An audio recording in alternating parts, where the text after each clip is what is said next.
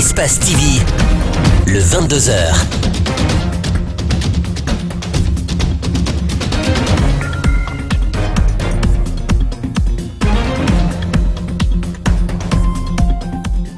Vous regardez Espace TV, c'est un plaisir de vous informer. Mesdames et messieurs, bonsoir. Et tout de suite, les titres de cette édition d'information. Une fillette âgée seulement de 2 ans vient d'être violée à Kakimbo, dans la commune de Ratoma. L'auteur de cet autre cas de viol, un homme d'une trentaine d'années, a été arrêté puis libéré dans un premier temps par le commissariat urbain de Ratoma. La sûreté urbaine de Conakry l'a interpellé. Il devra répondre de ses actes. Et puis ce focus que nous vous proposons ce soir, le Bureau d'études environnementales est-il saisi pour la réalisation des différents projets qui ont un impact sur l'environnement? Ce n'est pas sûr. La construction des logements sociaux à Lambani en est une illustration parfaite.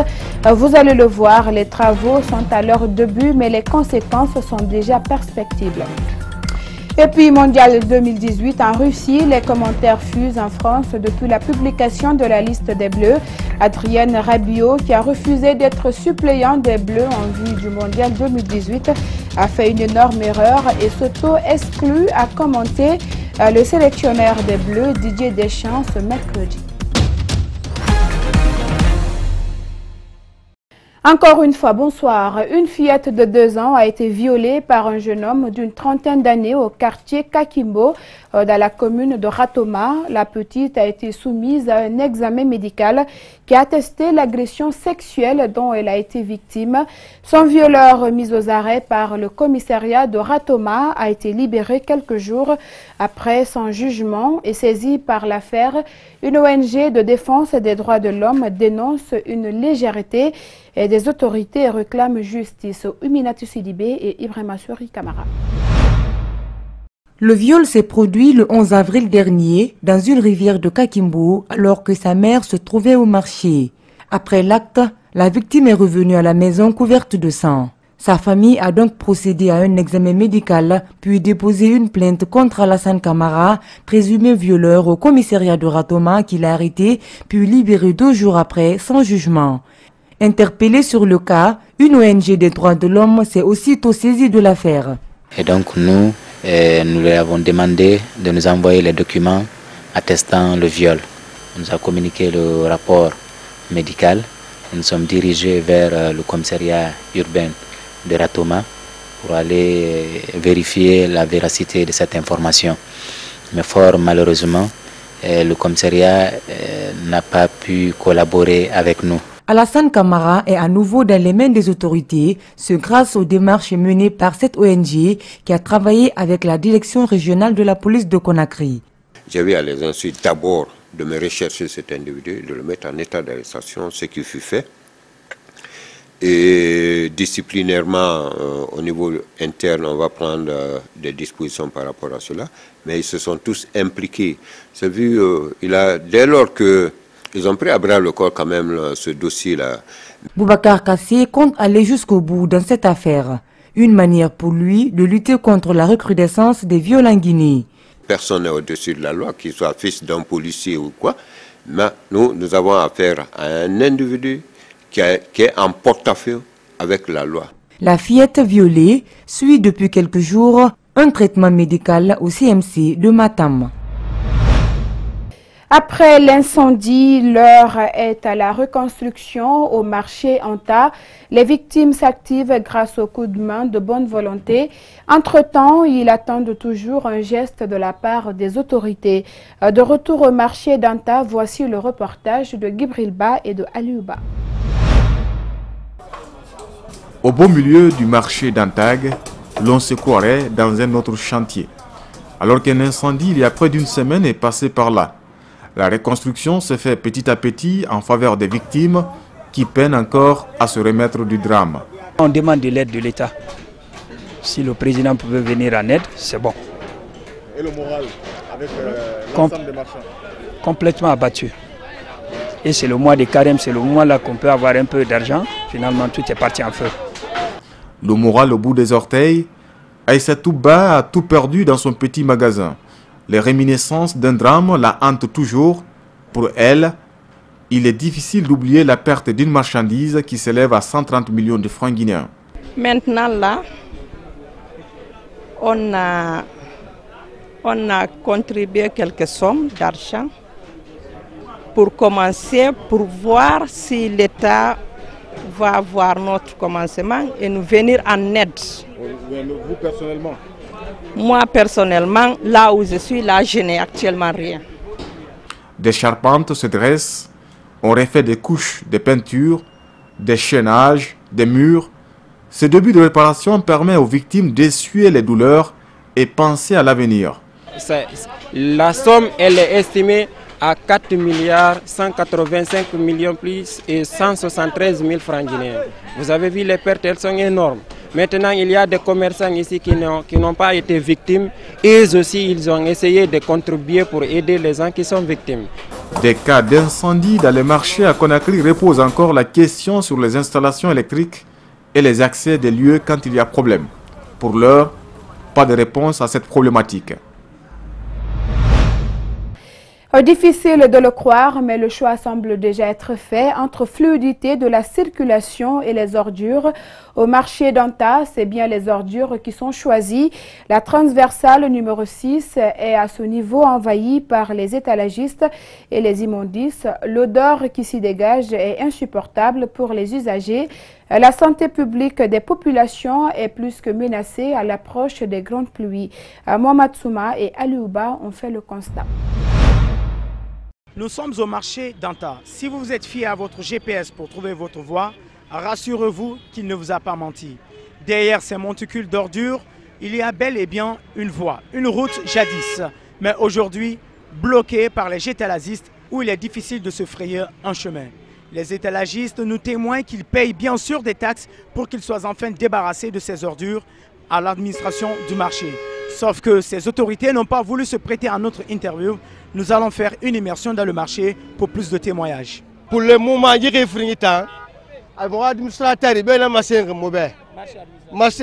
moment, c'est cette place que les administrateurs du marché et même la municipalité nous a montré pour l'assemblage des ordures. Ce sont les ordures de tous les quartiers environnants, excepté Lansanaya.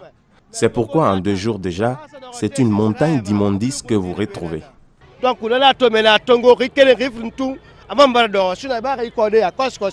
Au risque de nombreuses maladies, ces vendeuses disent ne pas avoir le choix pour exercer leur vente. L'incompréhension chez elles est le fait qu'elles payent régulièrement des taxes à l'administration du marché pour être débarrassées de ces tas d'ordures. Quand ils mettent les ordures, ça nous gêne énormément. Des fois, on étale d'ailleurs nos articles sur les ordures. Ils disent que l'espace est réservé pour cela. Ceux qui viennent avec des tickets disent que c'est pour l'assainissement. Nous payons 1000 francs par jour, mais rien n'est concrétisé. Les administrateurs n'ont pas voulu nous répondre sur la question de la gestion de ces fonds. Un silence qui maintient le doute. Ce n'est pas seulement à Anta, il y a quelques semaines, les abords des marchés étaient complètement dégagés. Les conducteurs éprouvaient une grande joie de ces opérations de déguerpissement, mais pas pour longtemps car les femmes sont revenues sur la chaussée bloquant le passage. Mamadou Saliouba et Kerno Sadouba ont fait un tour dans certains marchés de la capitale et vous allez le voir, les marchés ont presque pris les rues. À Anta, à Matoto, à Sonfonia, au niveau des grands marchés de Conakry, circuler est un casse-tête. Les vendeuses débordent sur la chaussée, les chauffeurs sont obligés de ralentir et chaque jour, c'est la même histoire. Ici à Anta, les parasols sont installés presque au milieu de la chaussée. Les conducteurs maintiennent difficilement les 2 voies, tout comme à Sonfonia, la route se rétrécit à petit feu. Ici, la police a décidé de prendre les choses en main. Loin des opérations de déguerpissement qui n'aboutissent presque pas, elle a organisé une rencontre avec les vendeuses pour la bonne cause. Si la police décide de les rencontrer, c'est parce que d'autres mesures ont échoué. Depuis quelque temps, des barrières sont installées pour cadrer les vendeuses, mais on le voit bien, elles sont franchies à tous les niveaux. Sommées de quitter, certains ont abandonné leur table sur le trottoir, ternissant l'image du pays. D'autres ont choisi de porter leurs marchandises, déambulant toujours aux abords du marché. Pas besoin d'aller plus loin pour le constater. Ici, le désordre est partout. La police est présente, mais avec les femmes, ce n'est pas gagné. La seule chose qui a réussi à les cadrer depuis des années, c'est bien ces murs dressés au devant du marché de Matoto. Ici, les vendeurs n'ont aucun choix, il faut rester derrière la barrière. Mais dans les autres marchés, on continue toujours d'occuper la chaussée, sans prêter attention aux accidents de la circulation qui pourraient arriver à tout moment. Le commissariat spécial de l'aéroport international de Conakry-Bessia vient de mettre le grappin sur un trafiquant de drogue. L'individu de nationalité bissau-guinéenne qui transportait dans ses bagages 2,4 kg de cocaïne venu à bord du vol Emirates EK 0797 en provenance de Sao Paulo via Dubaï. On vous propose cette exclusivité signée Moussa Moïse Silla et Ibrahima Souma. 2,4 kg de cocaïne soigneusement dissimulée dans cette machine viennent d'être saisis par le commissariat spécial de l'aéroport de Conakry. Un coup de filet réussi grâce à une filature menée depuis l'aéroport d'embarquement de l'individu transportant le colis prohibé. On a eu l'information comme quoi l'intercité s'était embarqué de Sao Paulo au Brésil. Il est venu directement sur Dubaï, via Dubaï, de Dubaï Conakry. Ainsi, il était dans la filature, il est venu. L'agent déjà au pif, déjà au poste filtrage inspection, déjà savait avec toutes les informations. Il est venu, on l'a vu, on l'a laissé scanner. On a scanné son passeport a été scanné. Mais parce qu'il fallait le prendre avec le colis. Ce n'était pas lui qui nous intéressait, c'était le colis. Parce que vous pouvez nier. Il fallait qu'il soit en possession de ce colis. Vous pouvez dire que ce n'était pas son bagage. Vous pouvez le dire. Depuis sa prise de fonction, le commissaire spécial et son adjoint ont procédé à une réforme complète des services de police à l'aéroport de Conakry. Voyant qu'il voulait partir sur cette méthode, directement on l'a appelé. Lorsqu'il a été interpellé, on dit venez, il dit oui, vous avez bagage, du bagage. Il dit non, qu'il n'a pas de bagage. Ok, on l'a fait rentrer au bureau. Il était très serein, il parle avec détermination. Il n'a pas de bagage, il n'a pas de bagage. On dit il n'y a pas de problème.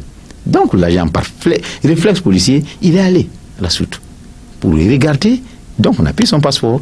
Effectivement, on a vu, il y avait le talon. Okay. Donc il est allé maintenant pour fouiller tous les bagages, pour voir s'il y a une concordance des numéros avec le talon. C'est ce qui a fait effectivement que le bagage a été retrouvé dans ces machines. C'est trouvé dans les cylindres de cette machine encore et que la cocaïne. Ainsi, il est venu, on l'a demandé, non, c'est pas pour lui. Donc on a monté les numéros. Voilà, c'est pas pour vous. C'est là, il était obligé face à la vérité. La vérité, c'est une seule fille. Là, quand c'est coupé, tu peux rien. Donc il a reconnu, il dit effectivement, c'est pour lui. Le Bissau-Guinéen et ses 2,4 kg de cocaïne ont été mis à la disposition de l'OCAD, un service spécialisé, ainsi qu'à la cellule de ciblage pour la suite des enquêtes. L'environnement est souvent ignoré dans la conception et la mise en œuvre des projets de développement. Le cas des 20 000 logements en est une illustration parfaite. La pose de la première pierre est déjà faite alors que le Bureau guinéen d'études et d'évaluation environnementale, qui doit être en amont et en aval du projet, n'est pas saisi. Une violation flagrante du Code de l'environnement. Mamadou Kalisso, Yacouba Traoré et Ibrahima Souma nous signent ce focus. La plage de Lambagny risque d'être la première victime de la construction des 20 000 logements sociaux sur la plaine de Kobaya. Alors que toutes les autres plages ont rouvert, ici, l'accès est interdit aux visiteurs. Récemment, des jeunes ont été recrutés pour l'assainir et défricher la mangrove. Le remblai a déjà commencé. Selon des informations concordantes, cette plage fait partie du domaine réservé pour le projet. Un projet qui est officiellement lancé sans associer l'environnement.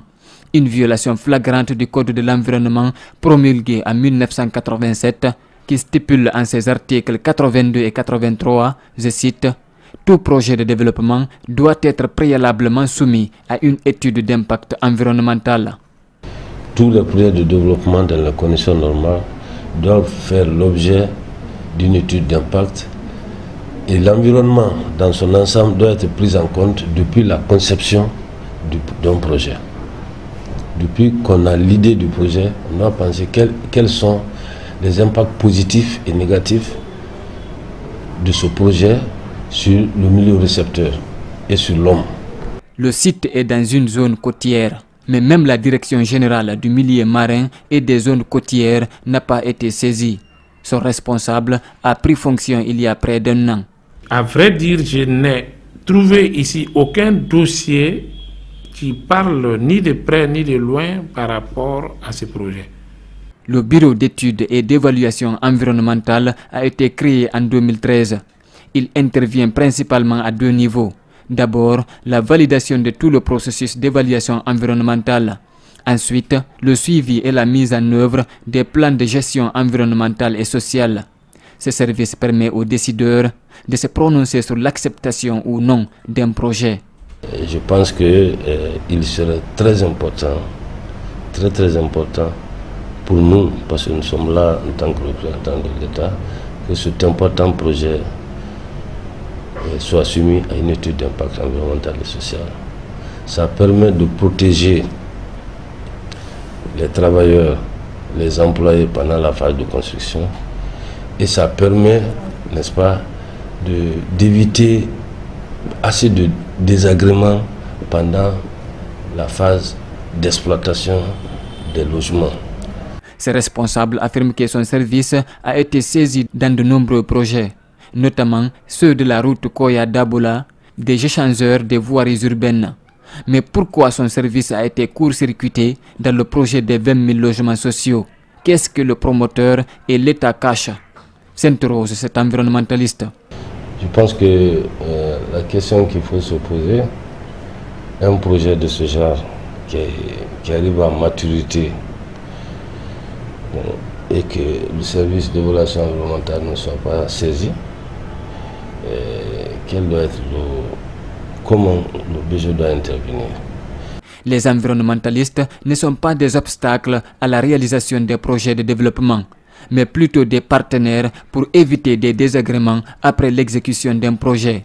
Le cas de Plaza Diamond en est une parfaite illustration. Il a fallu l'intervention des environnementalistes pour corriger le tir. Nous essayons de faire comprendre au ministère de tutelle que l'environnement les accompagne, pas pour arrêter le développement du projet, mais c'est pour cadrer davantage le projet, pour que le projet soit utile, n'est-ce pas, pour la communauté et mettre le projet en sécurité. Que les conditions, le projet respecte les conditions économiques, écologiques et sociales, n'est-ce pas, du promoteur. Donc nous devrons être à tous les niveaux. C'est pourquoi l'environnement n'est pas contre le développement.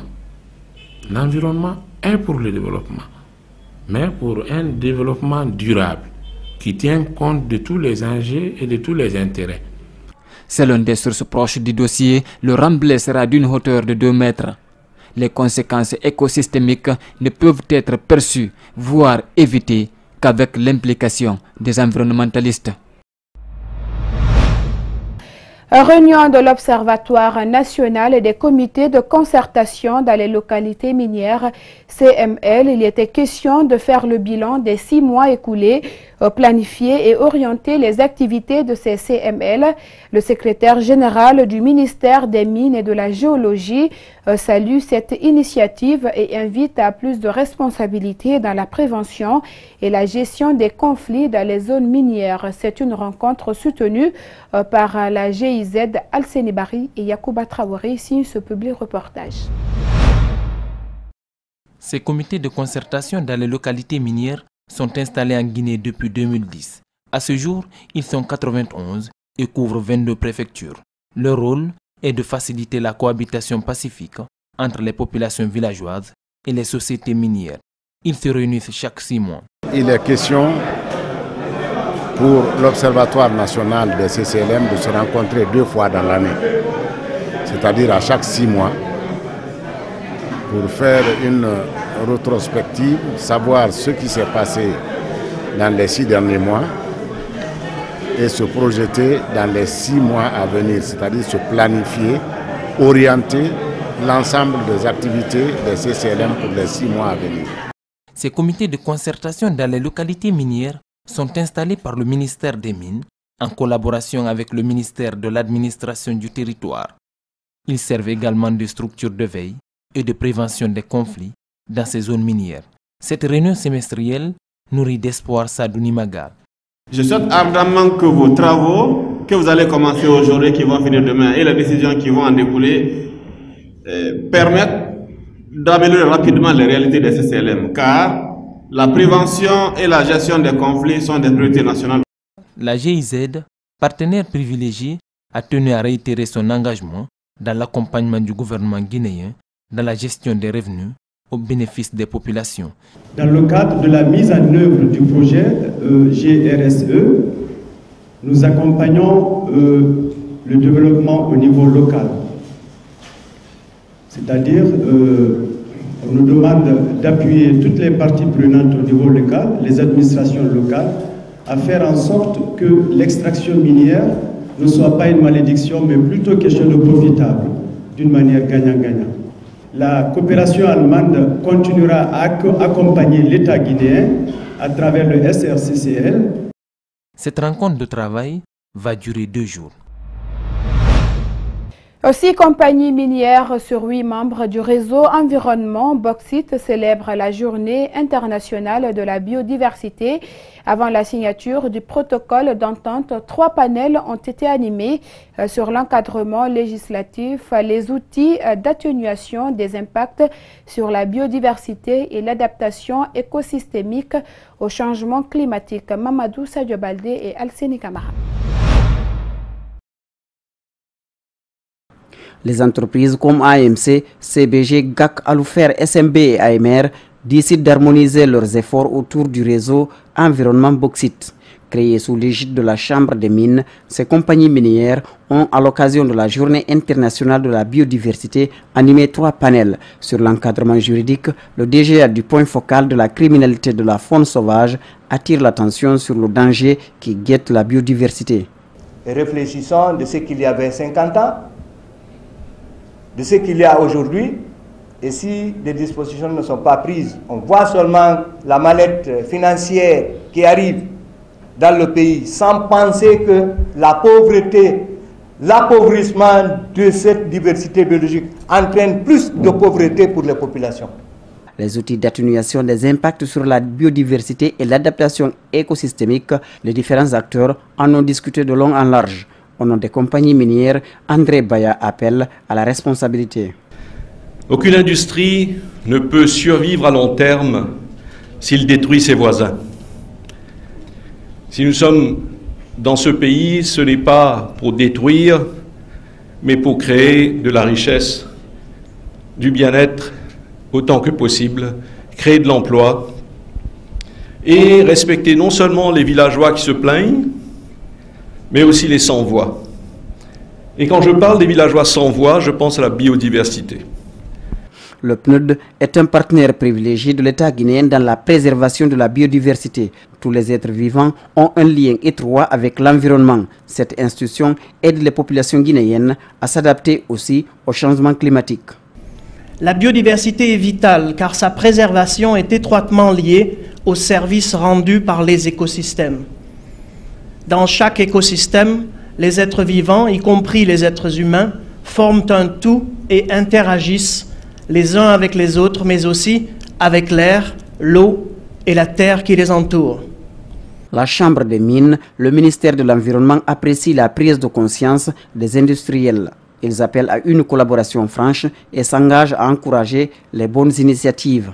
Je conclus en félicitant tous les membres du réseau Environnement Bauxite pour leur engagement en matière de biodiversité, plus particulièrement à GAC et à CBG, qui ont été les initiateurs et les leaders de cette initiative. J'en appelle donc au sens de responsabilité des autres entreprises minières pour emboîter le pas à ces 6 compagnies minières, et ce, dans le meilleur délai. Il revient à l'État guinéen de clarifier l'encadrement juridique devant permettre aux compagnies minières à se conformer aux règles et faciliter aux cadres qui suivent la protection de la biodiversité. La formation des 150 cadres et agents de l'administration guinéenne en informatique de base vient de prendre fin à Conakry. Tous des novices en matière d'informatique. Ils ont acquis des connaissances dans ce domaine devenu incontournable en ce 21e siècle. Une initiative du gouvernement guinéen avec l'appui financier de la Banque africaine de développement. Compte rendu Malik Siangana Kamara et Aboubakar Din Kamara. Si hier, ces 150 cadres de l'administration guinéenne ne connaissaient rien de l'informatique, aujourd'hui, ils ont tous bénéficié d'une formation de base financée par la Banque africaine de développement. Rien ne sert à doter l'administration d'équipements informatiques si les cadres censés travailler sur ces ordinateurs ne savent pas les manier. C'est pourquoi cette formation a été initiée pour permettre quand même à ces cadres de BSD d'utiliser les équipements que nous avons achetés. Je n'avais jamais fait une formation en informatique, mais vraiment cette fois-ci, la formation là m'a aidé beaucoup. J'avais des nuances et ça m'a aidé à m'outiller pour être performant dans mon travail. L'archivage dans la plupart des services publics du pays reste encore un véritable défi à relever. Cette formation va contribuer à la digitalisation des données et à travailler dans la transparence. Cette formation aujourd'hui, on pourra s'en servir comme un levier de croissance économique, un levier de flexibilité, un levier de rentabilité dans la mesure où les cadres qui ont pu bénéficier de cette formation, en passant sur du numérique, pourront travailler beaucoup plus rapidement en termes de processus. On pourra aussi s'en servir en termes comme un levier de lutte contre la corruption. Dans la plupart des départements, on est encore en version papier, mais il faudrait essayer de faire en sorte qu'on puisse passer en version numérique. Les participants dans les recommandations ont sollicité une autre formation de ce genre pour approfondir leurs connaissances. Venus des différents départements ministériels, les 150 cadres et agents de l'administration ont chacun reçu une attestation pour certifier leur participation à cette formation en informatique de base. La présentation ce mardi du projet de renforcement des systèmes de surveillance des maladies en Afrique de l'Ouest. L'objectif du projet est de faire de la prévention pour une réponse rapide et efficace face aux urgences sanitaires, conformément à la stratégie Une seule santé de l'Organisation mondiale de la santé. Idrissa Bari et Amara Alexio-Silla pour plus d'explications. Entre 2013 et 2015, l'Afrique de l'Ouest a connu sa plus grande crise sanitaire due à la présence de la fièvre hémorragique à virus Ebola.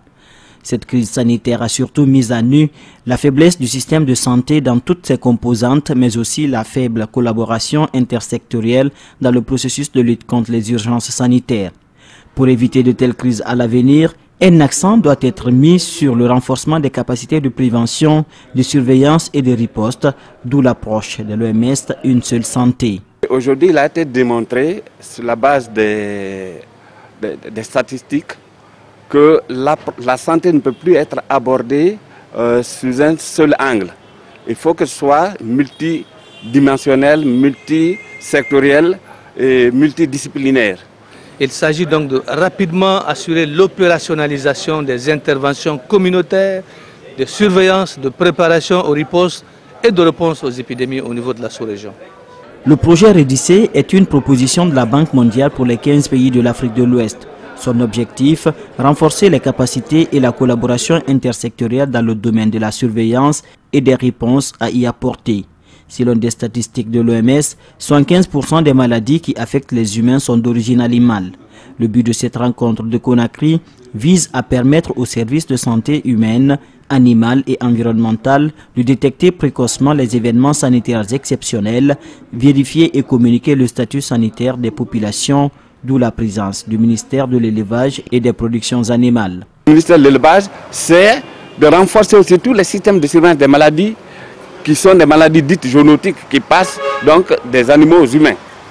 Donc il faut s'attaquer à la maladie à la chousse. à la source. Au lieu de, par exemple, Ebola, si on s'était attaqué à la source, on limiterait la possibilité de propagation de la maladie chez les humains. Dans la mise en œuvre du plan d'action opérationnel, les participants ont exprimé leurs attentes, notamment en renforçant les capacités des laboratoires afin de leur permettre d'identifier des pathogènes susceptibles de déclencher les épidémies. Un déguerpissement d'une famille ce mercredi dans le quartier Cameroun. C'est à l'aube, à la grande surprise des habitants de la maison, qu'une voiture de gendarmerie a débarqué pour casser et mettre dehors tous leurs biens. Peinée, la famille cherche désespérément le rétablissement dans ses droits. Abdourahmane Ba et Yacouba Traoré. Cette maison dépourvue de tôle est l'œuvre d'un groupe de personnes qui a débarqué aux environs de 4 heures. À la grande surprise de cette famille résignée, ces hommes en tenue de gendarmes et quelques civils sont venus détruire la maison et son contenu à printemps. Oh, on a perdu beaucoup de choses, beaucoup de matériel, de l'argent, il y en a plein. Parce que nous habitons, c'est une famille quoi, où l'habitation est en familial. Donc dans quelques maisons, j'ai entendu, d'autres ont perdu 1 million. Vous voyez comment la maison s'est déguerpée comme ça. Moi j'ai perdu des habits, des chaussures, ils ont tout pris. La genèse de cette histoire remonte au temps colonial, quand cette maison fut affectée à la famille qui s'avère être élargie. Conflit d'héritage, une femme de la même grande famille aurait revendu la maison à une tierce personne qui veut la récupérer, mais seulement, ils n'ont reçu aucun préavis. Nous, on a vu seulement une descente ce matin, sans avertissement. Et même le chef de quartier s'est fâché. Il a demandé à les amis, mais vous êtes venus dans quel but? Ils ne sont pas expliqués, ils sont venus démolir. Cette expulsion est d'une brutalité spectaculaire. Ces jeunes et ces femmes qui ramassent ce qui reste des biens sont en colère contre la personne à l'origine de leur malheur. Regardez comment ils ont gâté notre maison. Où on peut aller maintenant? Le mois de la madame. Où on peut aller?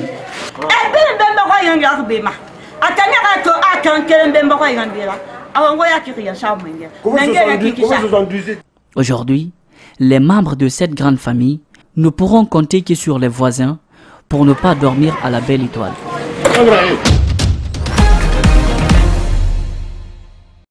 À la ville de Glasgow, en Écosse, jadis connue pour la construction navale, tourne désormais les yeux vers le ciel avec une industrie satellite en pleine croissance.